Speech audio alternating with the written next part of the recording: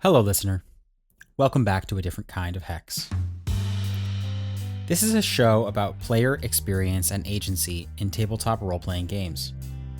That is, about the different spheres of gaming out there in tabletop land, how to find, and in some cases make our own fun, and how to be a great table mate. After taking a little break this summer, my co-host Jose and I are back with a great guest to tackle the woolly topic of bleed, when the line between player and character becomes more of a paper towel and less of a dam. Along the way, we're going to talk about sad cowboy nights, the theater, and something called the magic circle. We had a great time with this conversation, and we hope you do too. We produce this show in conjunction with the Open Hearth, an online community that I often describe as a pickup league for RPGs. Our annual Shared Hearth event is just around the corner in October, a full weekend of one-shot games, and a great way for new players to check out the community. Find a link to the Open Hearth website and the Shared Hearth in this episode's description. As gamers, bleed can often affect us most when dealing with the heaviest subjects. The show notes also has a list of the content that we'll be discussing today. With that, please enjoy our conversation with Madeline Colley about bleed.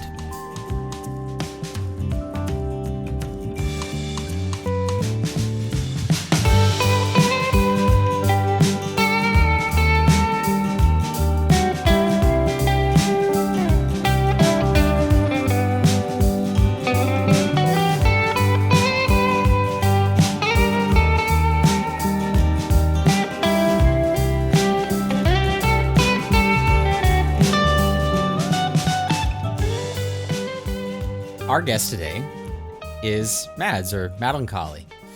They are a TTRPG player and GM and a voice actor who is a fan of characters and their stories. They have a lot, I would say a prolific amount of actual playthroughs on their YouTube channel, Madeline Colley, which we'll have links to in the show notes. And unless I miss my guess, you have designed content for some games, including Brindlewood Bay and Trophy. Is that right? Yes. Mm-hmm. There is one mystery, Have Yourself a Merry Little Murder, that appears in the Nephews in Peril supplement for the Brindlewood Bay Kickstarter, as well as a Trophy incursion based on the Briar Rose fairy tale that I wrote that appears on my itch page. I'm sure we'll hear all about Trophy over the course of this episode today.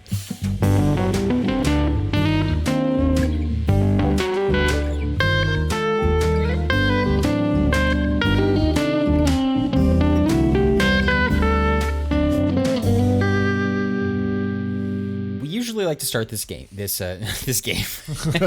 Are we playing a game or are we having a podcast? Okay, good question. We could gamify anything. Let's go ahead and gamify the podcast. Go ahead. We could write a scenario about podcasters, and exactly. Belonging outside belonging. We usually like to start the show by asking you about your poison, as it were, if you had to pick one. What are you excited about in games? What would you say is your flavor? There is such a broad range of games out there and range of styles to play those games out there. What would you pick as something that would draw you? If you saw it on our calendar, you would immediately click and sign up as quick as you could. Anything that would... Now, that's a trick question. I mean, because I really do like learning new games. I mean, it is one of the things that does draw me in.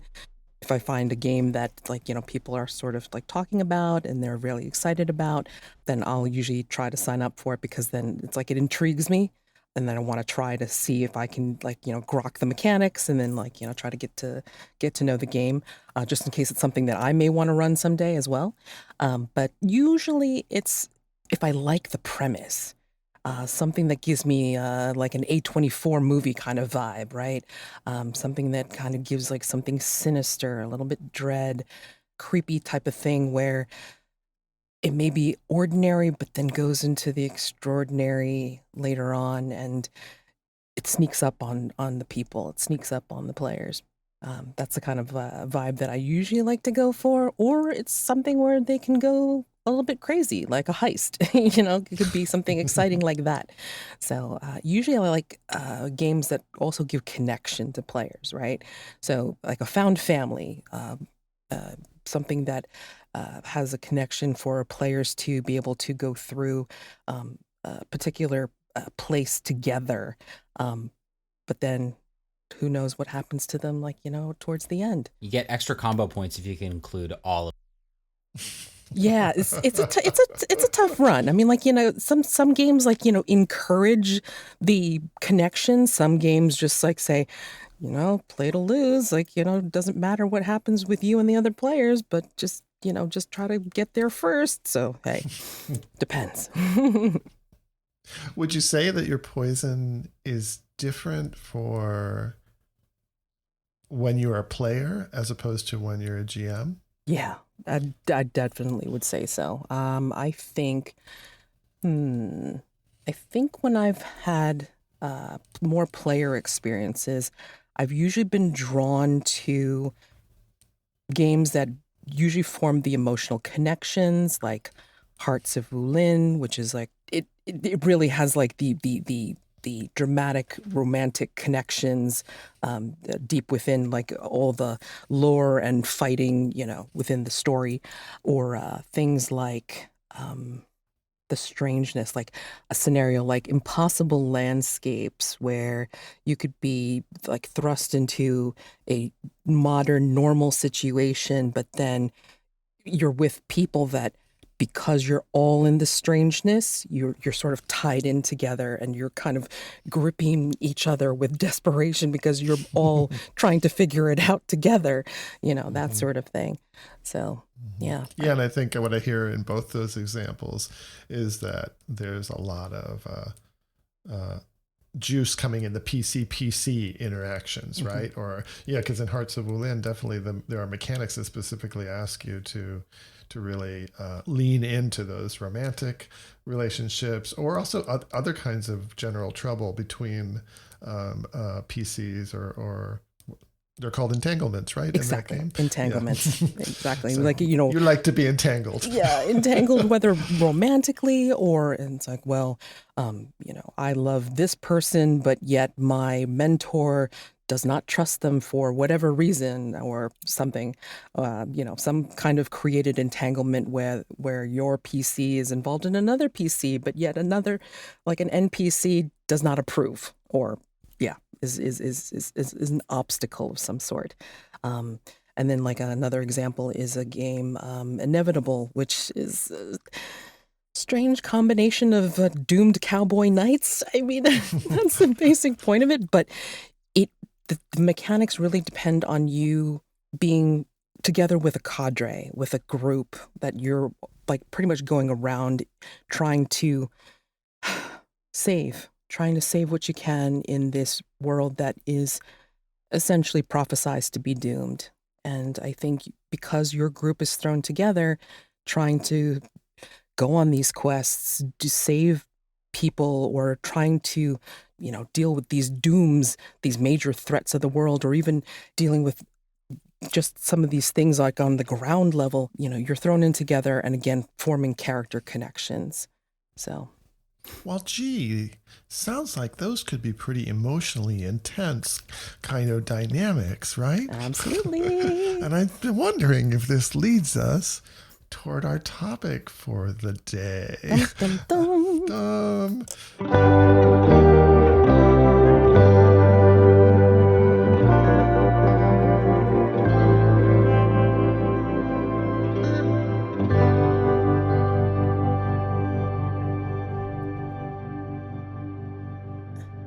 We will be talking about bleed together. And normally when we introduce a topic like this, we like to cover some basic definitions so that we can all agree upon what we're talking about in this case.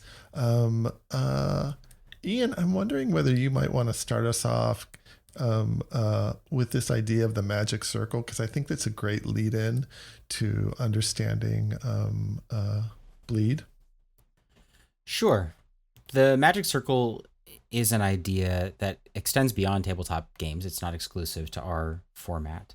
In a nutshell, which is funny based on what I'm about to say, in a nutshell, the idea of the magic circle is that we play games in an enclosed and special space where there are specific rules that apply that are not a part of our regular everyday lives outside of this.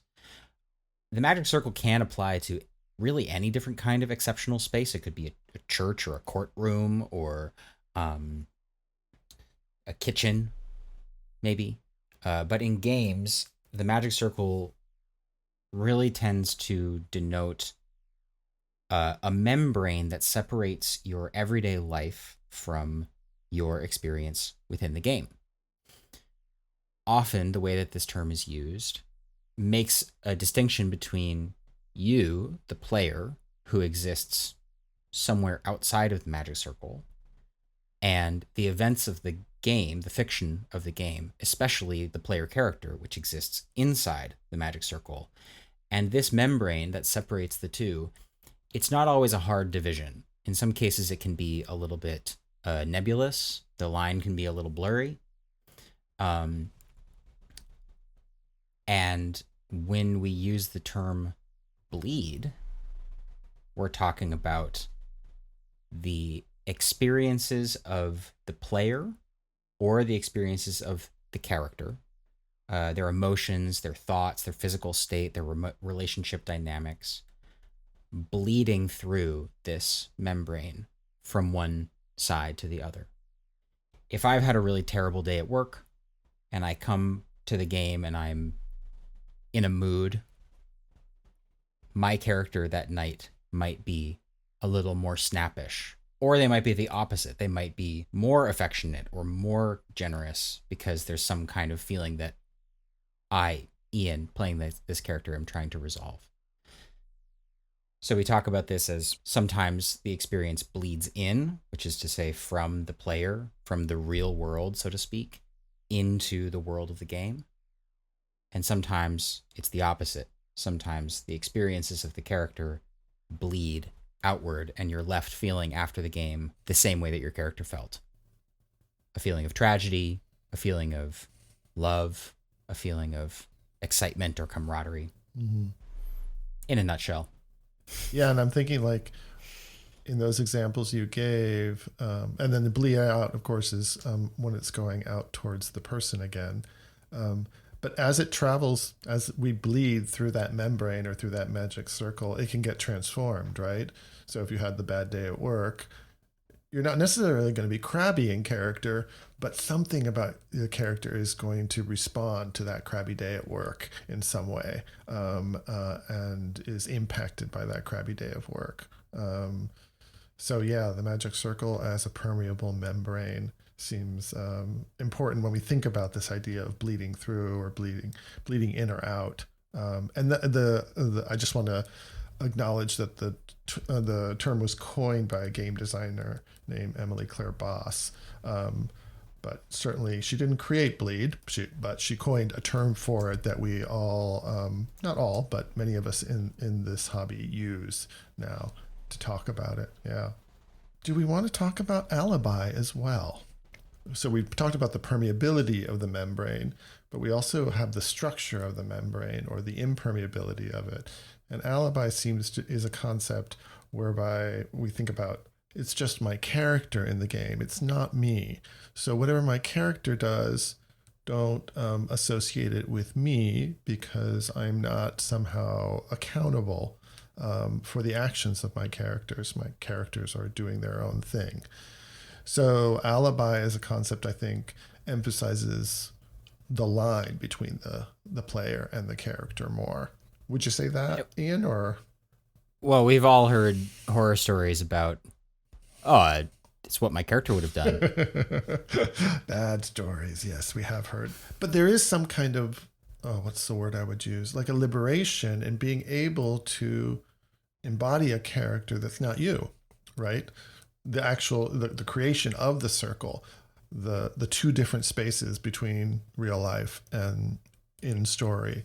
And so maybe there's a term that we could use to recognize that. Maybe just the magic circle is enough, that doesn't have the kind of, I don't know, judicial aspects of Alibi.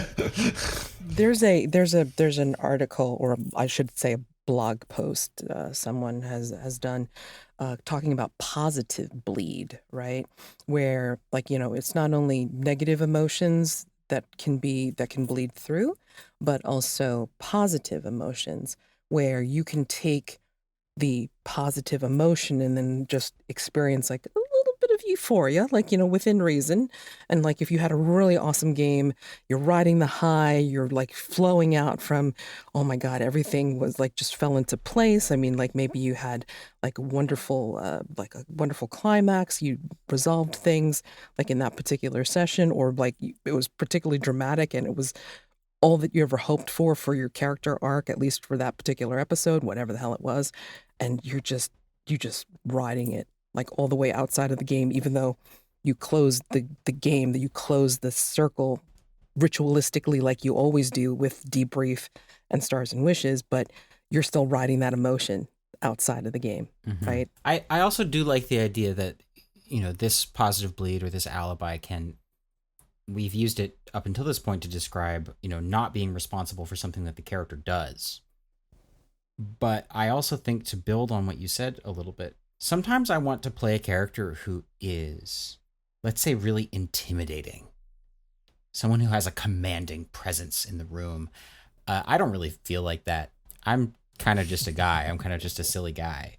And I like the idea that you can say, well, my character says something intimidating here, and you're not required on the spot to come up with something that's going to stop the blood in the veins of everybody that you're playing with.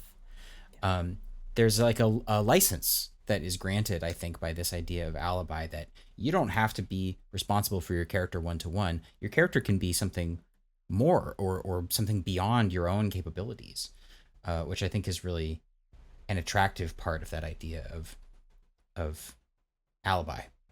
You can think of it two different ways. You can think of it as one, if you want to explore that, of being outside of yourself, being beyond your comfort zone with, you don't think you're intimidating, or you want to play a villain, but you're not villainous in true nature, hopefully not.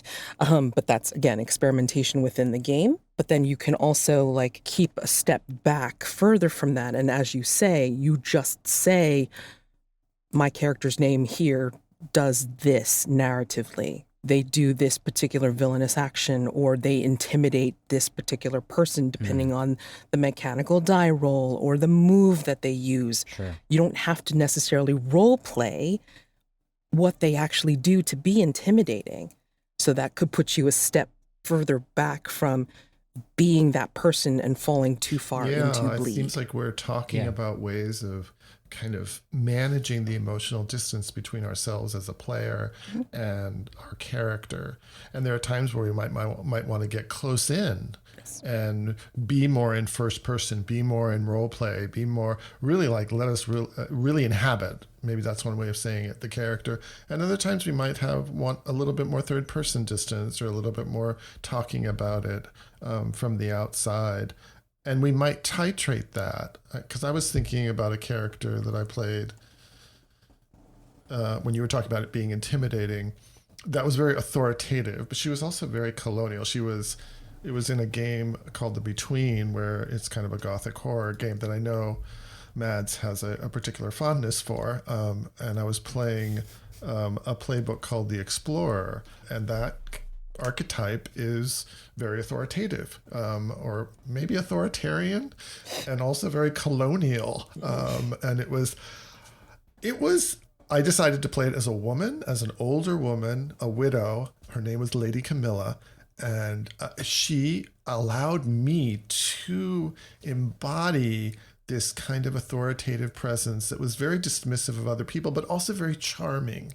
There were moments of bleed in that game. I remember one where we were walking through the British Museum, and I was with another player, a player character.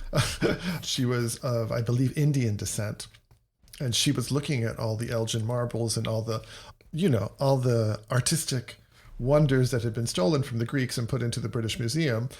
And she was having difficulty with that. And Lady Camilla just started this speech about how the Greeks were not capable of caring for these antiquities, and that it was the duty of the British Empire to preserve the Western heritage. I felt so dirty as I was saying it, but there was something in it that was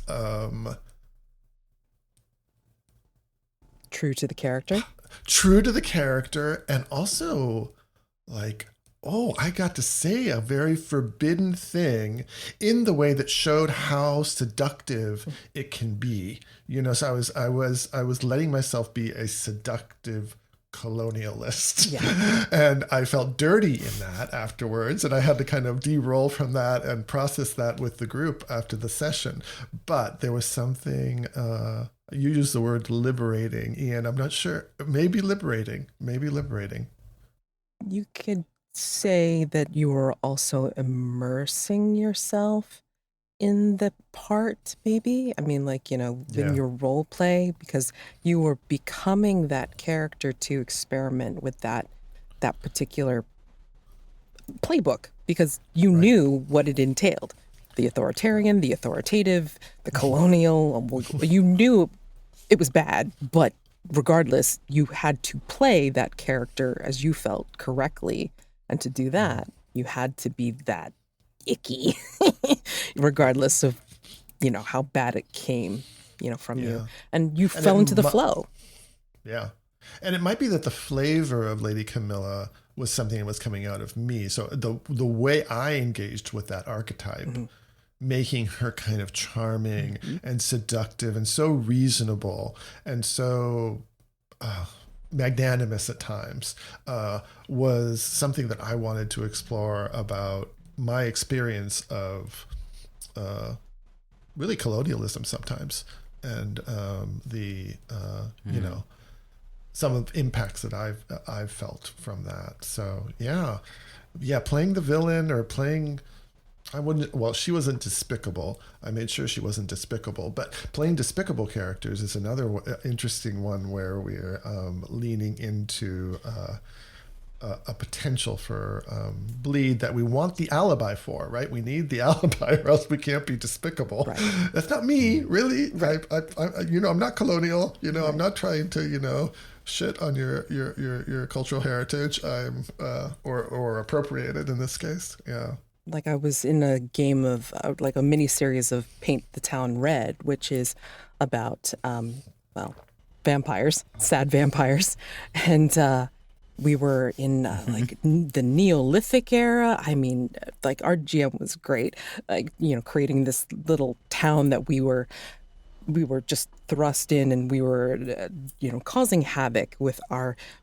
appetites and our vices, and just trying to feed our hunger, but yet also trying to exist within this particular little society. And my character was rather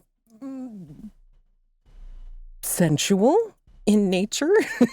I mean, his vice was painting, but painting blood was part of it, like as part of feeding.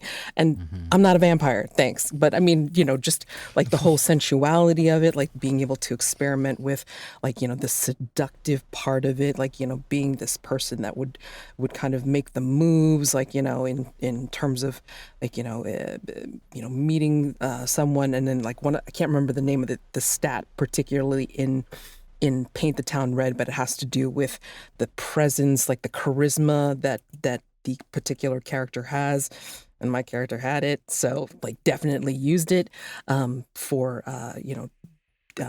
gaining their prey, essentially. So yeah, it's a real mess in there. On the upside, I think she had a really good time.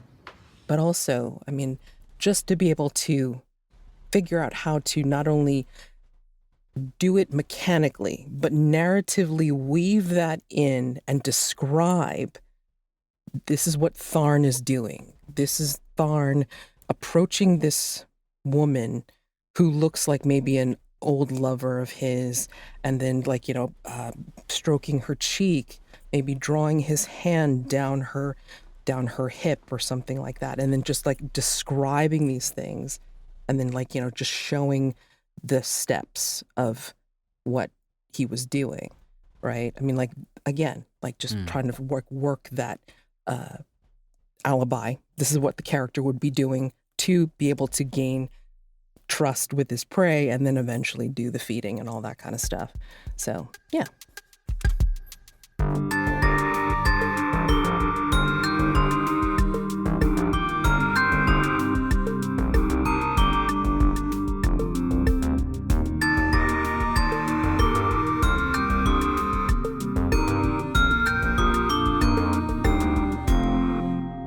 First of all, I don't think it's a mistake or a coincidence that Emily Cairboss develops these terminologies about bleed, but really, is observing a phenomenon that's already in play, right? People were experiencing the thing that we now call bleed well before Emily came along and coined that term. And I don't think it's a mistake that a lot of the, I guess you could say, observation of these phenomena goes back to the early 90s and White Wolf and Vampire the Masquerade, the game that like really baked into its its ethos the idea that player characters are going to want to be bad people. But I'm really curious about this idea that that you have just sort of floated. You're describing your character in the third person. Tharn is doing this. My character is doing this. You're speaking from a sort of third person omniscient. I'm moving this character the way that a screenwriter would move like a character puppet from place to place. Like a puppet, a piece on a game board. I'm curious about the gradient between speaking in the third person omniscient and feeling more identified, more in a sort of theological sense, more immanent with the character. That is to say, the line between these two people is becoming blurred. I am feeling more like I'm speaking in the first person. I am my character. So, from my personal experience, the way that I get mixed up with true bleed and the emotions as player and character start mixing up and getting entangled together usually happens when I am in something much longer than a mini series, which I consider like longer than a 4 or 6 shot. So it happened with my extended characters where I was in a complete arc of the Between.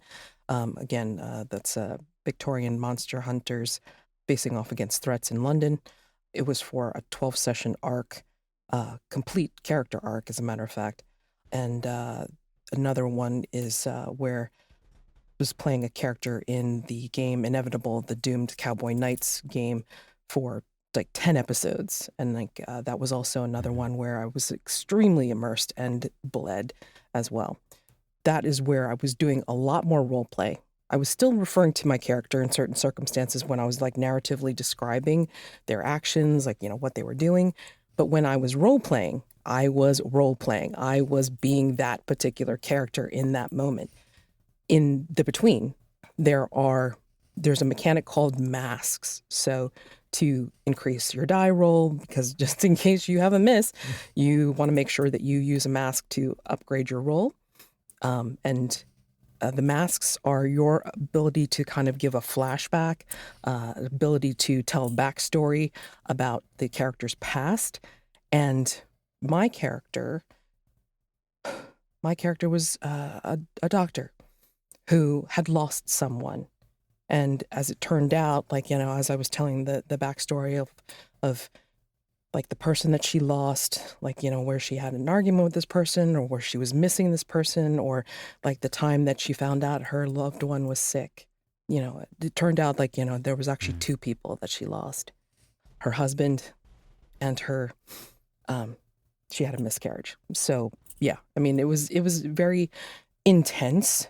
And as the series went on, I mean, like, again, I was just falling deeper and deeper into her story because of the story that I was developing as I played to find out. So And I didn't even know all these details until I played to find out, right? Yeah. And then same with Inevitable, not to the same extent where they had such a thing as masks, but our GM did something that I found very interesting, which was we had regular sessions, which had a beginning and an ending, of course, but then off to the side, outside of the game, we had like essentially play-by-posts, which ended up being like little side scenes that turned into fiction, right? So we were kind of like role-playing our characters outside of it. Maybe we would do a die roll here and there, but it didn't matter. Like we were just doing these little scenes that wouldn't fit in a big session, right? So there was no end. To do that kind of stuff means that there's no end to being the character, which for someone like me who immerses a lot into a character, it was kind of a mistake. So I didn't know where, in that instance, I didn't know where I started and my character ended, right? So it got too entwined and I had to take a step back. The side scenes were just taking up a lot of my energy and my focus, where I was like starting to create the fiction in my mind of like, okay, well, what's he thinking about? Like, what's he doing in that particular scene, in that moment? Even though that was only a moment in time for that particular scene, I was thinking about the game constantly. I was being the character constantly, and that doesn't work. That doesn't work out very well, right? So that is a very big instance of bleed, and it's like that's where I'd like have these kinds of gates now for myself. Try to keep it narratively, trying to keep it like third person. I only role play within the session, like, you know, try to keep it within the session. Like I try not to do any kind of play-by-post stuff anymore, or something that requires like not a structured role play. Right. Like if it's an epistolary game or whatever, it's like I don't think I could do it anymore. Like or even a solo game, right? Because you still have to build some kind of structure around playing a solo game. You can't just do it willy-nilly, because if you don't, someone like me could just be thinking about it constantly, and then you have no guideposts, you have no gates to keep it in check. That's what Jose was saying earlier about the structure that is lent by exactly the construction of the magic circle. Because we think of it as a circle that is around the game session itself, but it's not just around the game session, right? It can be broader than that, because you're talking about entering the magic circle over and over again in between, and that there's something about the interaction between that movement where you're moving back and forth, the first personness of it, and then also just the intensity of the content, you know, of what you were talking about. Yeah. Because I was thinking of the fiction, right? Because I'm thinking about, like, you know, I'm reacting to whatever's being posted between me and the NPCs, you know, the GM, whatever the GM's posting about what's going on in the scene. And then I'm trying to respond as my character. Oh, you're back in the game. And I'm back in the game, but well, shit. Over and over again, Over and over again. And that it takes up a lot of takes up a lot of space. A lot of real estate in the brain. It really does. And through therapy, it's like it turns out that I was doing something of like method acting, right? So I was sinking more into the character. Strangely enough, I don't do bleed in. Like whatever happens to me out here, like in the real world, doesn't go into my game. If that ever even has a hint of happening, I will cancel a game, or I will open door out of a game, because I don't want to bring that shit into anybody's, you know, play into at all. Other people's I mean, I respect my fellow players and my players too much to do that, because I know how I know how irritable I can be. So no, absolutely not. But if I, you know, take something out of the game and then bring it into the real world, it's like, it's really hard. My therapist was saying, oh, you know what? Like they've actually seen where method actors will answer questions. There's actually a very big difference between them answering the same questions as themselves and then answering them as their character. Like you can see a literal difference in their brain chemistry. Yeah. And And it's like, oh boy, okay, we don't want to do that. No, Yeah. absolutely But there not. is some sense, like when I'm talking to you, like that process of, let's just call it my imagination in between sessions, when I'm imagining maybe a scene or something that might be happening next week, or there's pleasure that I take in that.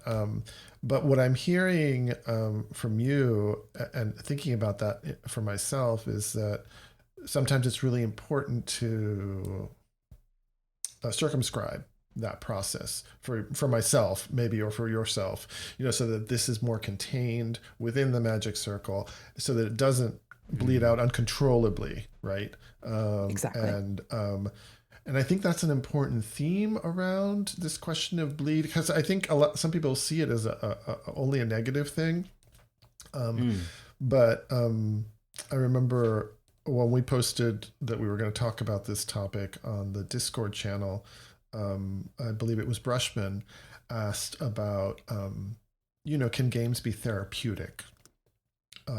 Is there a therapeutic aspect? Do some of us enter games with an idea that they're going to be therapeutic in the sense of psychotherapeutic, I believe is what he meant.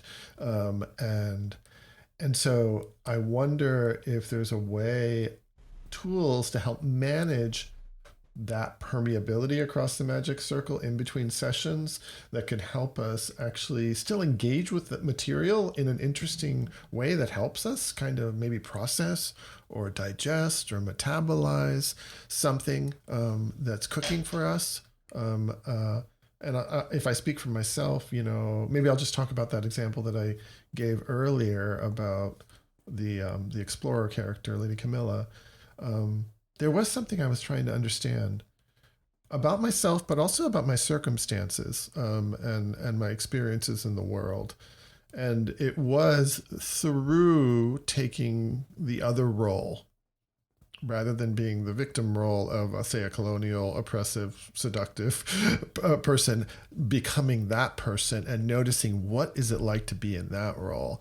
And that, if I'm speaking in psychological terms, loosened a little bit of my identification with the victim role. But, it was fraught with moments of like, ew, I can't believe I'm doing this, to other moments when like, okay, now I think I get something more about the bigger picture for myself around all of this.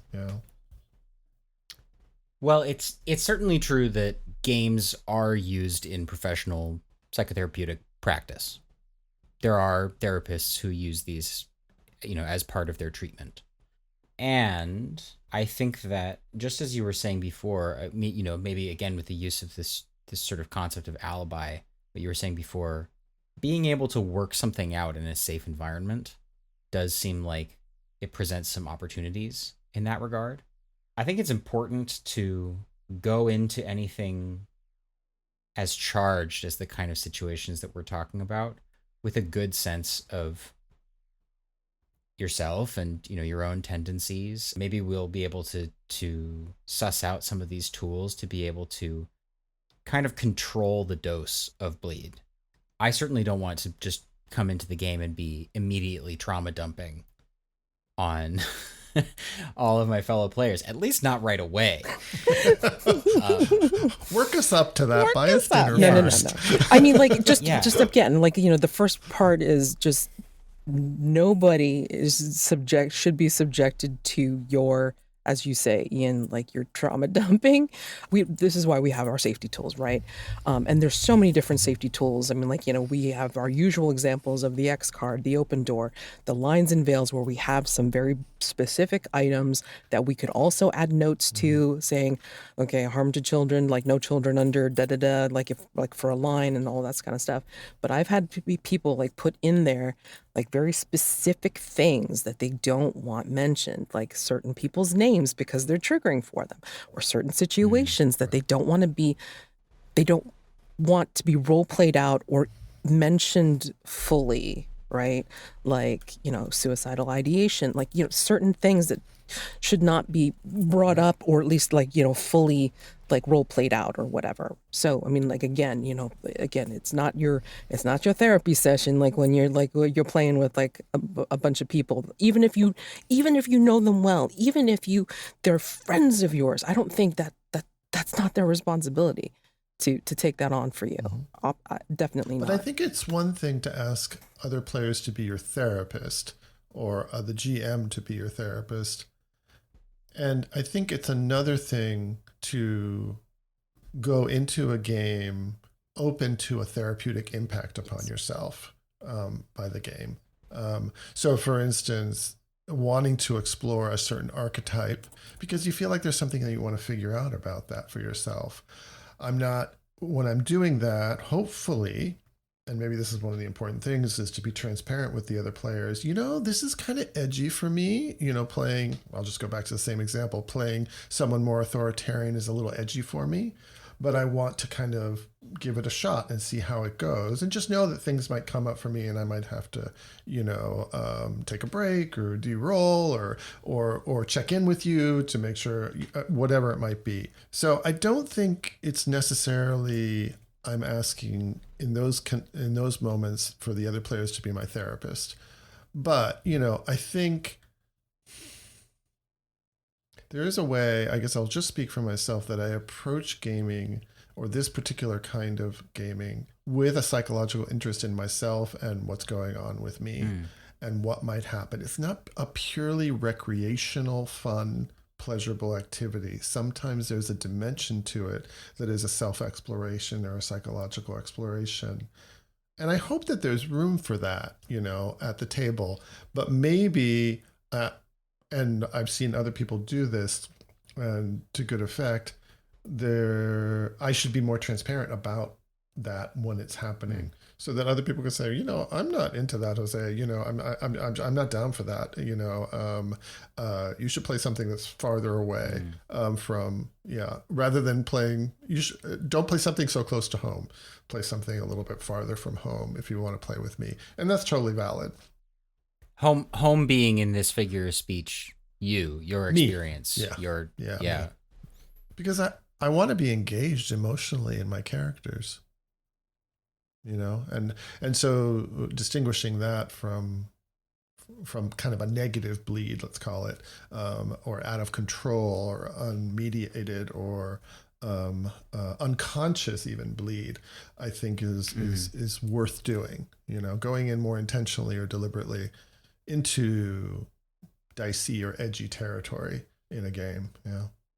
One of the blog posts that I'd read about like bleed and all that kind of stuff, said conscious bleed is more like steering, because you are steering your character, your emotions in a particular way to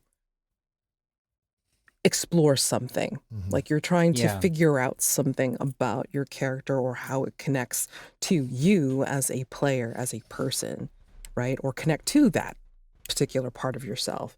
And like when I do play, I find it interesting that I always find something that I can pull from. And the actors do this too, right? Yeah, of course.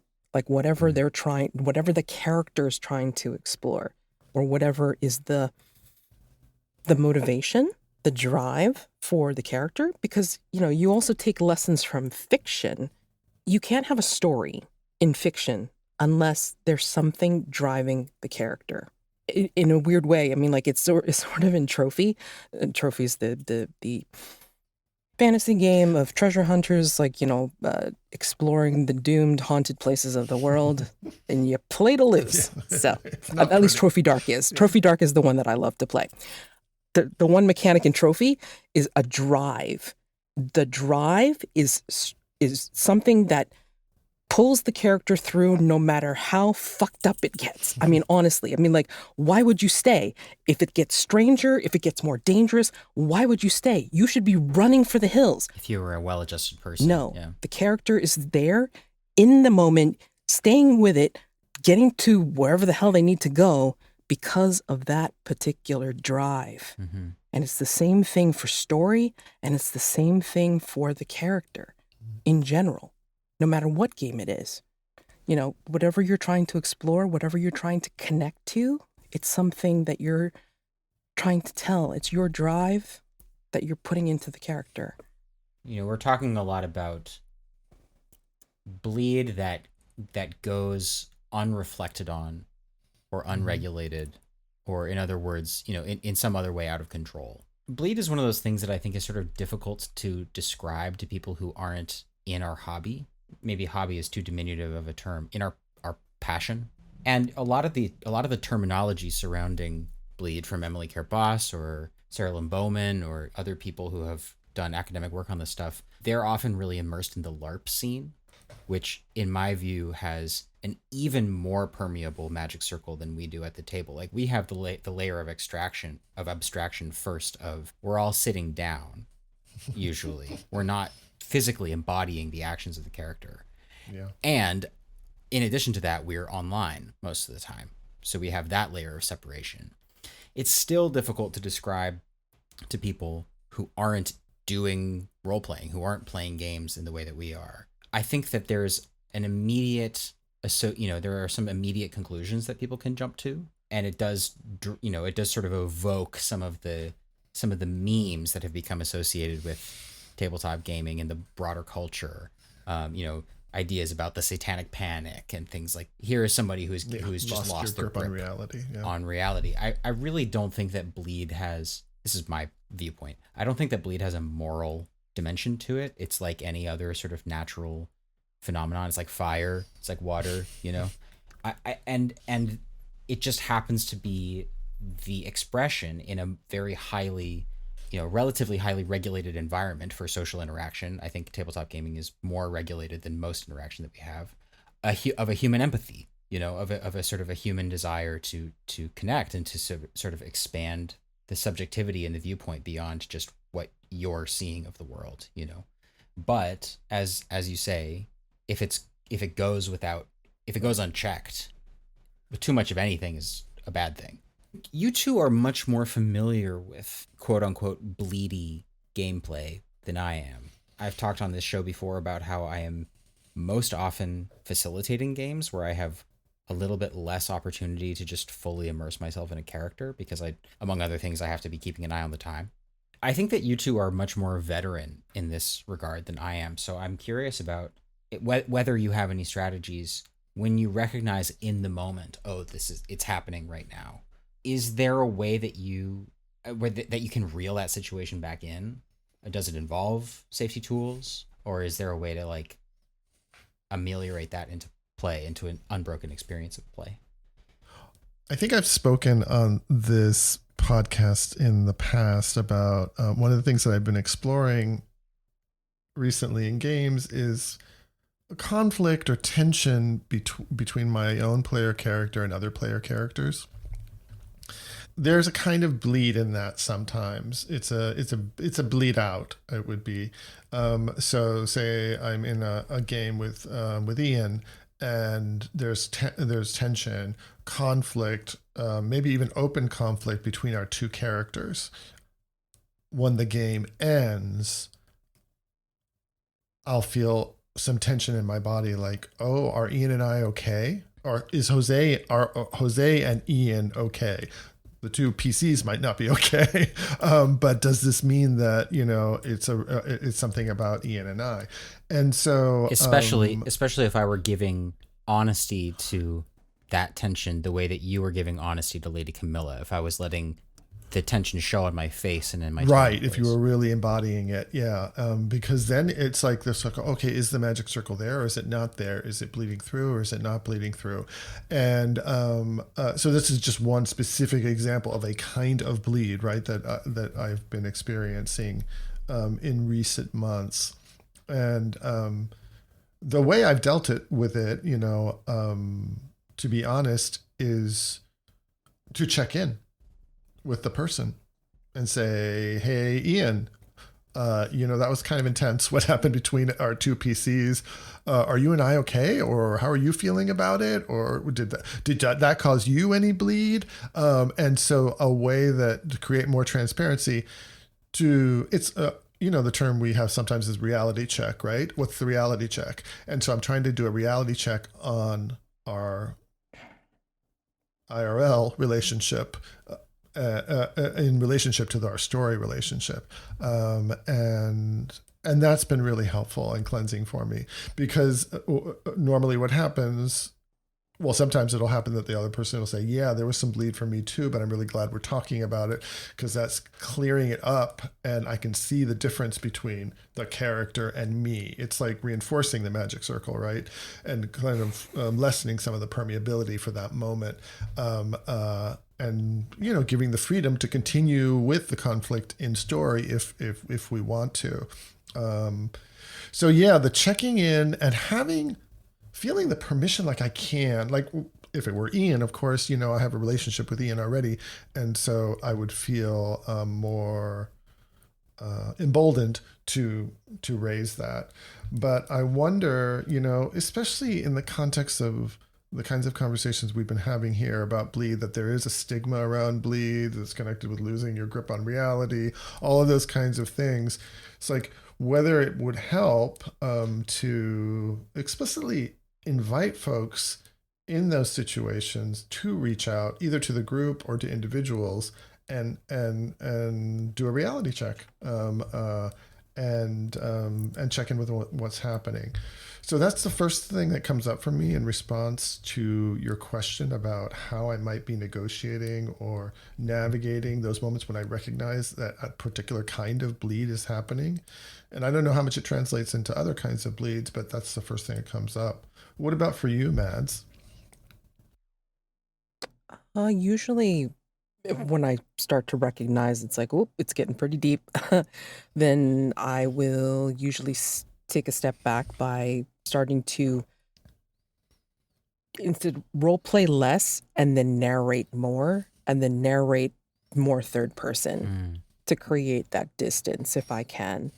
Because then I realize, oh, nope, that's getting a little bit too in the weeds, for the character. So I'm going to need to take a step back. Sure. Or maybe I will say, be right back, and I take advantage of open door if that's what we got. Like I'll just take my camera off. I'll take myself off cam and then and just take a breath and deal with it that way. Like especially if I'm not in the next scene or whatever, then that's just step away. Just kind of take a step back in a physical form or in a narrative form, whatever needs to happen, and then do a check-in. In some games I've seen where some people have actually DM'd me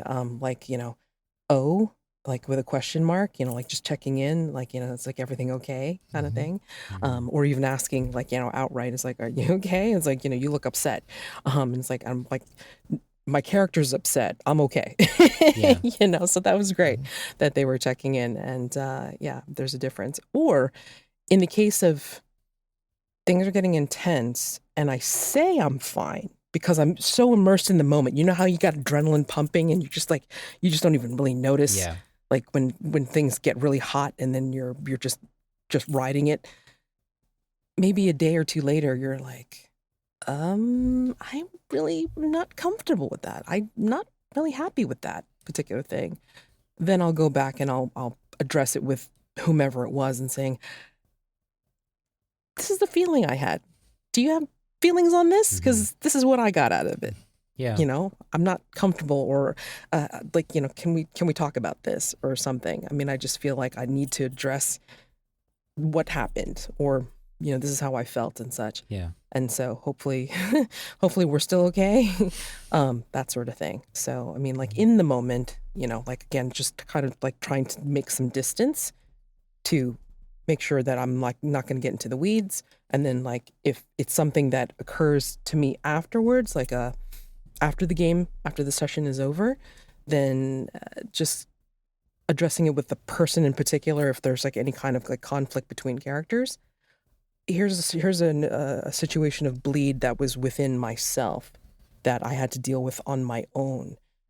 My one character in the between that I had for 12 sessions, complete character arc, my character was killed at the finale. And I I asked for that. I DM'd the GM and I said, yeah, I think this would be an appropriate time for my character to expire, be killed by one of the bad guys, whatever. And yeah, like she was killed in the finale, and I was able to epilogue something for her. But I mean, that death, even though I had agency over it, it was rough. I mean, I literally had to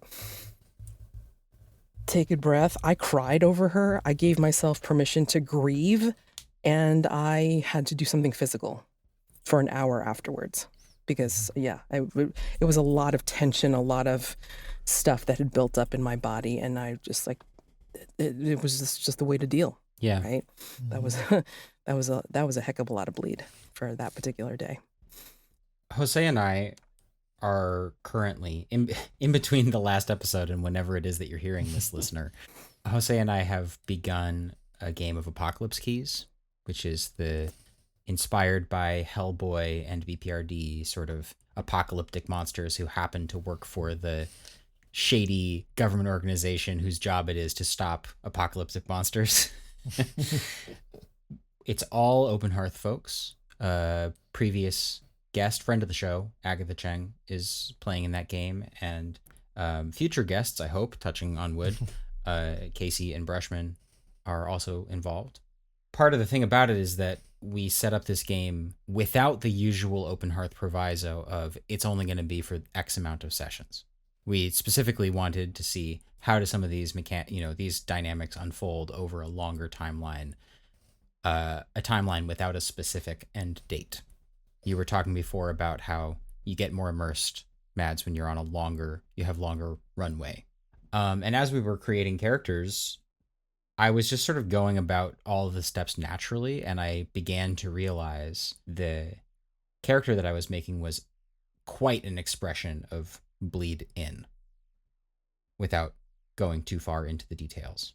And I voiced as much to the group before we started playing. I said, I'm going through this kind of time in my life at the moment, and I think that that's going to affect this character in some way. I want you to know. I want you to be aware of this situation. And I was comfortable doing that because I have a relationship with Jose and with Agatha and with Casey, and now I'm beginning to have a relationship with Brushman, a relationship of play. And we're not super far into it yet, but I've been really blessed that people have had the bandwidth to be able to accommodate me in that way, and have reached out to me in moments when it did seem as though it was getting heavy.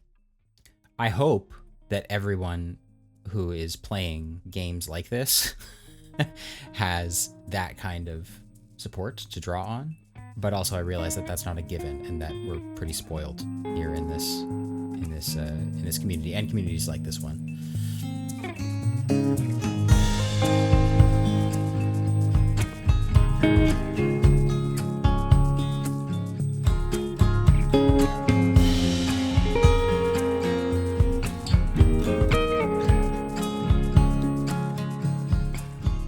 What I found interesting from, I think it was, my goodness, last weekend? Holy cow.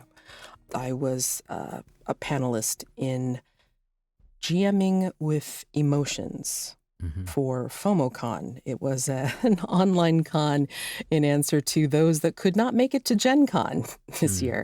Or wouldn't, as the case may be. And it was a really interesting experience. I only got a chance because I was running my own games and playing to only be part of that one particular panel. But I found it interesting because this is from a completely different point of view for most of the questions. We, as you say, are spoiled in Open Hearth and other related communities where we are just brimming with emotion, right? We deal with people that love to role play, love to, bring it on and really immerse themselves in the characters and the stories. But this was coming from people that were trying to coax people into indulging in or dipping a toe even into their emotions, and how to get them to, to elicit a response in that way. Yeah. Embrace the RP and the TTRPG part of it. I'm like, are you kidding me? But no, I mean, it does happen. Like there's some people that consider it like a little bit broader of a board game, which, as we well know, we don't play it that way. Because that's the opposite direction. Like our conversation's been a lot about how to navigate and manage. Right, under the assumption that it's already happening. Yeah. The assumption is it's this wildfire that's waiting to burn us all to crisp. I think it's again like dealing with the levels of intensity, right? I mean, like, but in this case, in that opposite case, it's levels of buy-in. The GM could set it up where they create the setting. All right, you are here in the tavern, or you are here in the particular dungeon room, and then you have to go and search for this, that, and the other thing, and you have to talk about it. You have to figure a way around this puzzle or something like that. Speak to each other, like talk or do something where you have to interact with each other as PCs. So like buy in that way, like have actions and things that you can invest in, or have like I've suggested. I've like brought up NPCs that maybe they will want to engage with, right? How many times have we been surprised? I mean, I'm speaking as a GM, sorry, but I mean, like, but how many times as we as players have also been surprised by, wait, this NPC is talking to me. Wait, what? And then we get engaged. And so again, like, for those people, it's like just trying to get some emotional buy-in from their actions or from the engagement and connection that they make between each other, or the environments that they are immersed in. I'm noticing as you're talking, I'm remembering as a player sometimes when I'm with another player who's kind of doing that, like looking at the game very mechanically, or not really RPing very much, and I really want to engage with them on that level. I'm trying to remember how I attempt to initiate that as a player. I know that sometimes I'll ask the question, which is kind of a GM-ish question, but sometimes I'll just ask it because I'm a player, and I'll say, "Oh, but what does that look like? Tell me more. I'm so intrigued by that. What does it look like when your character does that?" So to invite them into a more embodied play that might lead to emotions, it might not, but it's a more embodied play, maybe a more cinematic play. They could still keep a distance, but a more embodied play, because there's something that jazzes me about that, about folks really stepping into character and stepping into an immersion state. Well, there's something very intimate about it, actually. That's what it is, I think, when I really feel into it. And there's a kind of intimacy I'm hoping to explore in these games, which is an interesting thing to say.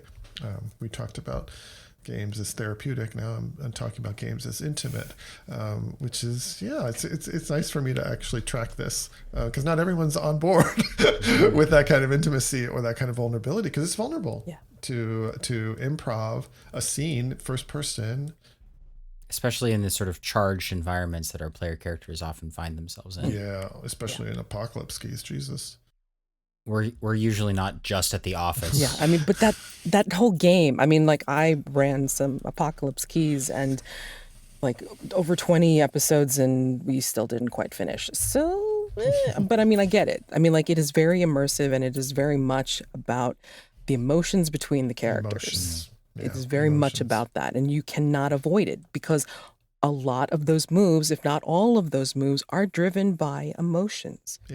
So yeah, I mean, you can't help it. So if you're going to be playing Apocalypse Keys mechanically, I'm not sure how you can play without emotion at all, honestly. Right.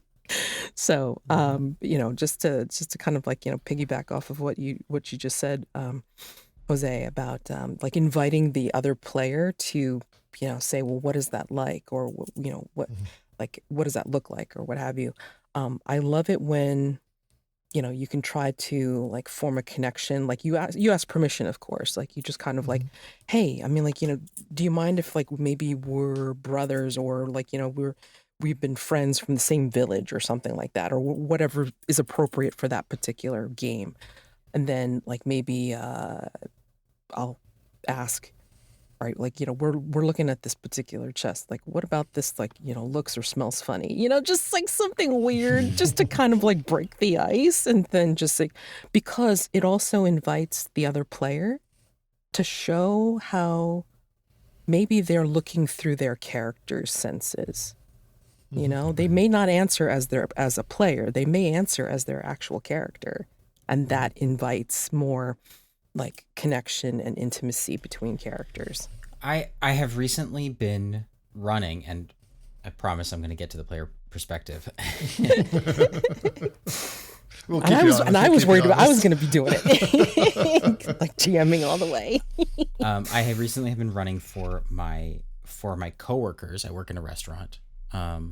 I recently been running for my coworkers a very trad style game called Shadow of the Weird Wizard. It's in the conversation up there with your D&Ds and your 13th Ages and things like that. And for most of these players, they've never played a game at all before, or at the very least, it's like, I played some D&D once at a party or something. And so I'm watching some of this subjectivity sink starting to take place. I'm like watching it develop in real time as they're going right to, okay, well, what can I do in this situation? What am I capable of?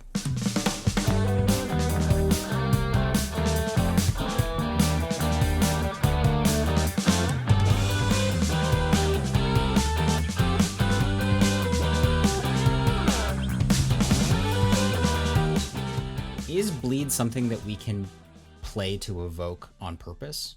Is that a worthwhile endeavor? And do you mean with that question, Ian, for ourselves or for other people? I think generally. But it's going to be filtered through your experience.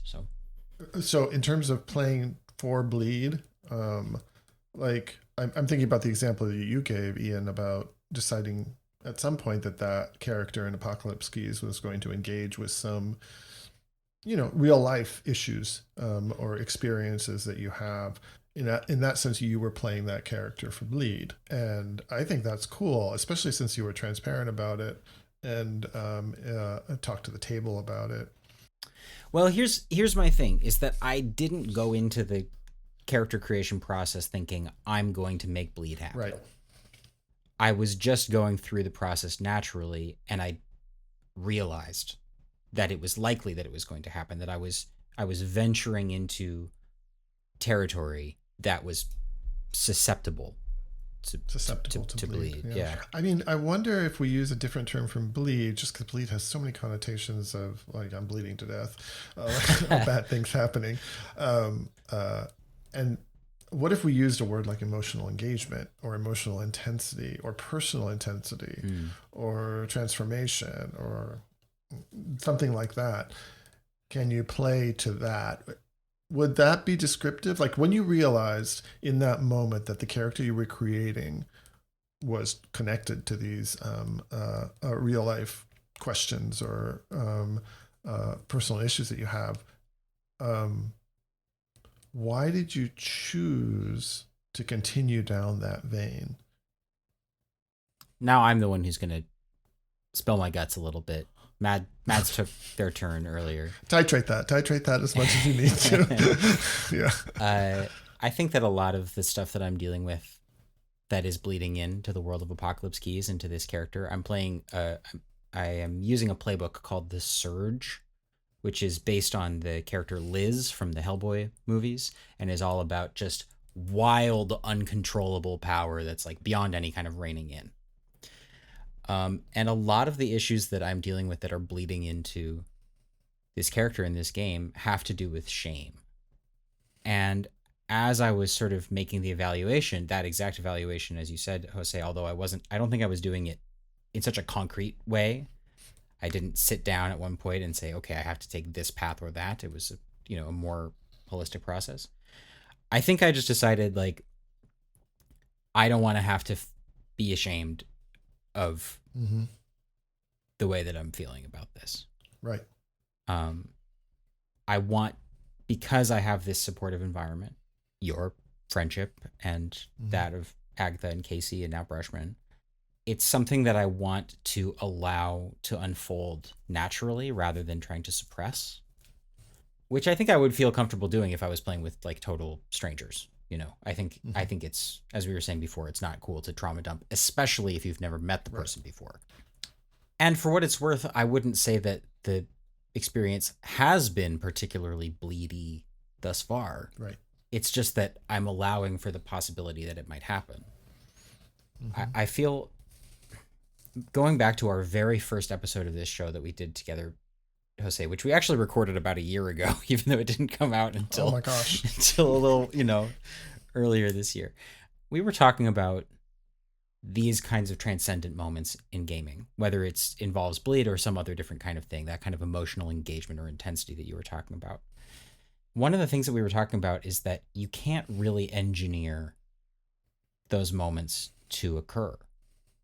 It's like a ritual, a communion with a god or a spirit or something. You have to sort of set up the environment, the magic circle, if you will, and invite that experience in. But you can't make it come, It has to, you only get to send the invitation and then receive it if it decides to arrive. Yeah. One of the things about the way we play that I absolutely adore is the fact that it is collaborative narrative. Mm-hmm. While we also play to find out, it adds this tension and excitement to it, which are also emotions in themselves. So in that way, we are inviting some sort of bleed into ourselves, like, bleed in, bleed out. So we're not playing a solo game, because if we're playing a solo game, then we might as well just also write our own fiction, like write our book or like play a solo game or whatever. We are with a table, we are with other players, and we are creating this story, this narrative, this just developing these characters living and breathing in this world that we're creating together. I think in inviting those emotions, as you say, Ian, we're creating something magical that is organic and cannot be, structured. Again, everybody's following the immersion, they're like into it, and then they're following the flow. And whatever comes out of their mouths, whatever connection that they have when they're in scenes together, and the rest of us may be watching, or engaged in the scene in some other way, it's just magical, right? And so that's the kind of bleed that we welcome and we invite in. So, it is a positive experience. It is something that, and you were saying, for the things that you were creating in just your character creation, you were exploring something emotional, complex, possibly difficult, and you were sharing it, and you were also going to be collaborating with the other players to create something with this character, with the other characters in this world. So, again, inviting how we call it, emotional engagement into emotional intensity, however that works, right? I've been thinking about pathos, right? Pathos. That was one of the possibilities of going to the theater, is to have this experience of emotional engagement or pathos. And then they also talked about catharsis, that there was some process by which that pathos or that emotional engagement could also create a release that was a transformation in the audience member, but also in the actor. And of course, we're both. And when we are in this TTRPGs, we're both the actor and the audience. We were talking a little bit about this before we started recording. Jose, we were sort of talking about the distinction between what is art and what is artistic. I really don't think that the playing of a tabletop game is art. The object, the book or the PDF or something can be art, but I don't think that the playing of the game is art, specifically because of what you were talking about, Mads, about it being this kind of object, a living experience, right? It's not something that can be premeditated or intentional, even in a way that, you know, a discrete piece of art can be. But I am kind of struck by this idea of, like, you know, you were talking about the theater, and it's a slightly different form of theater, but the you know, the saying is that in a musical, when the feelings get too big for speaking, you have to sing. And when the feelings get too big for singing, then you have to dance. I think that there's a level of catharsis that comes about through play, that can come about through play, that you can invite into your play. That is, I don't know if it's more or better than just talking about the emotions that we're describing, but it is, I guess I would say, complementary. Embodying it through the first or third person subjectivity of a fictional character brings me something that I don't simply get from just saying to a therapist, maybe, this is how I feel. I would argue that it is its own form of art, as ephemeral as it is. I mean, I record my stuff for the most part, unless I'm asked not to, because you discover quirks in yourself even as you're playing. It's like, oh my God, stop like covering your mouth when you're talking, that sort of thing. Sure. Athletes watch their own tapes, right? Right. So, I mean, like, again, you just want to make sure that you are cognizant of some quirks that you have. But I mean, overall, I mean, like, you know, there is some art in the creation of this. I mean, you know, you're creating characters that have to breathe through you, that have to live through you. And so when you put them all together, and then, I mean, even if you're playing something like Alien, I mean, it's not going to be like the Alien movie. It's not, okay, you know the characters are going to die. Yeah, I get you. But I mean, like, you know what I mean? Like, it's not exactly the same thing. You know, anybody that's going to be watching the actual play, or anybody that's actually going to be, you know, playing the game, is not going to have the same exact experience that was in the movie, right? I mean, it is its own thing. You know, it's an organic thing that is created. Creative process, definitely a creative process. We can't argue with that, right? Yeah, We are creating something out of nothing. And it has emotions attached to it from within and from without. Yeah. It's all valuable, I think. Well, that feels like an interesting place to like close our conversation. The time has simply flown, has simply bled, you might say. Simply bled through, yes, yeah.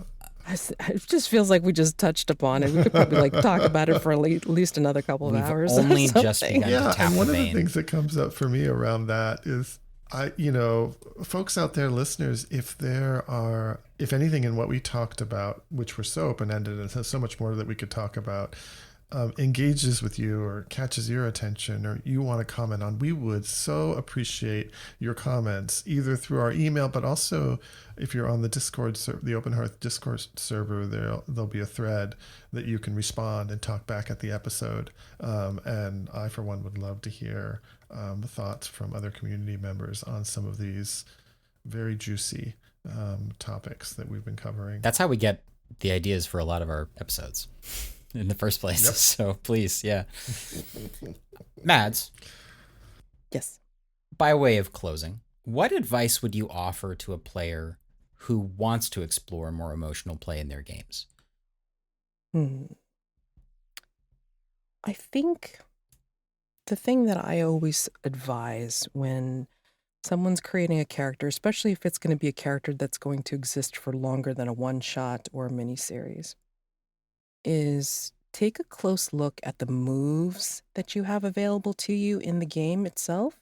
Like as part of your character playbook, you mean? Yeah, character playbook, your creation process. Take a look at the moves. See which moves appeal to you and figure out why.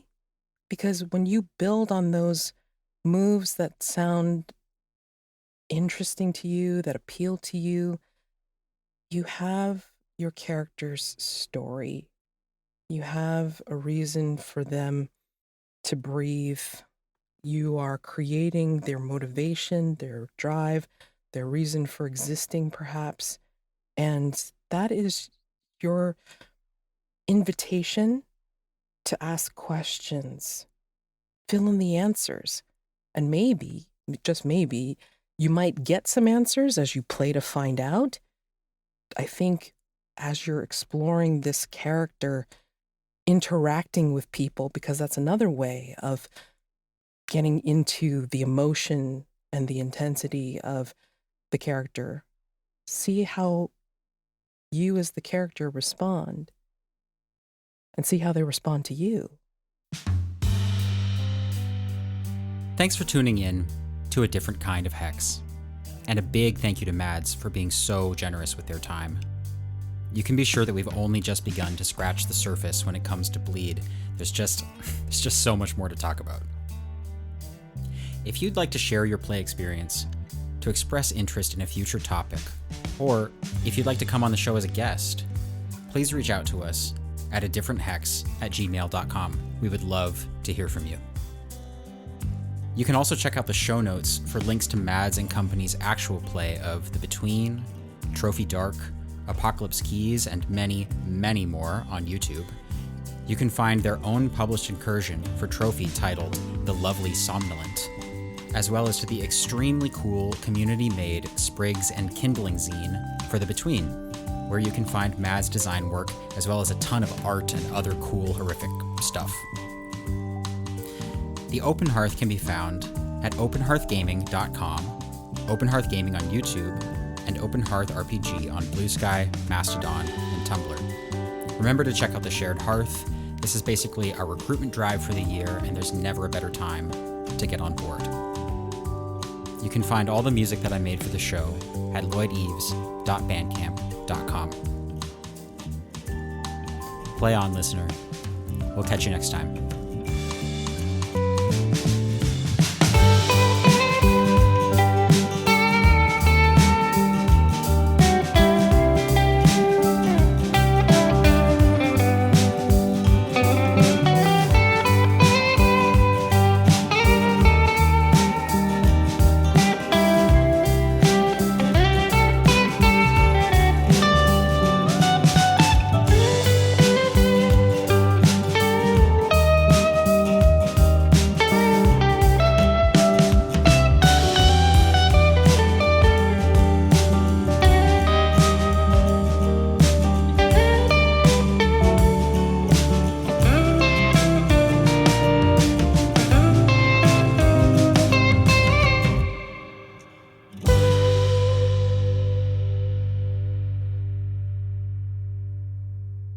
And again, if anybody's interested in playing games with some great people that believe in safety tools and also, understand about, bringing out the emotion, it's come and join us here at the Open Hearth Gaming Community.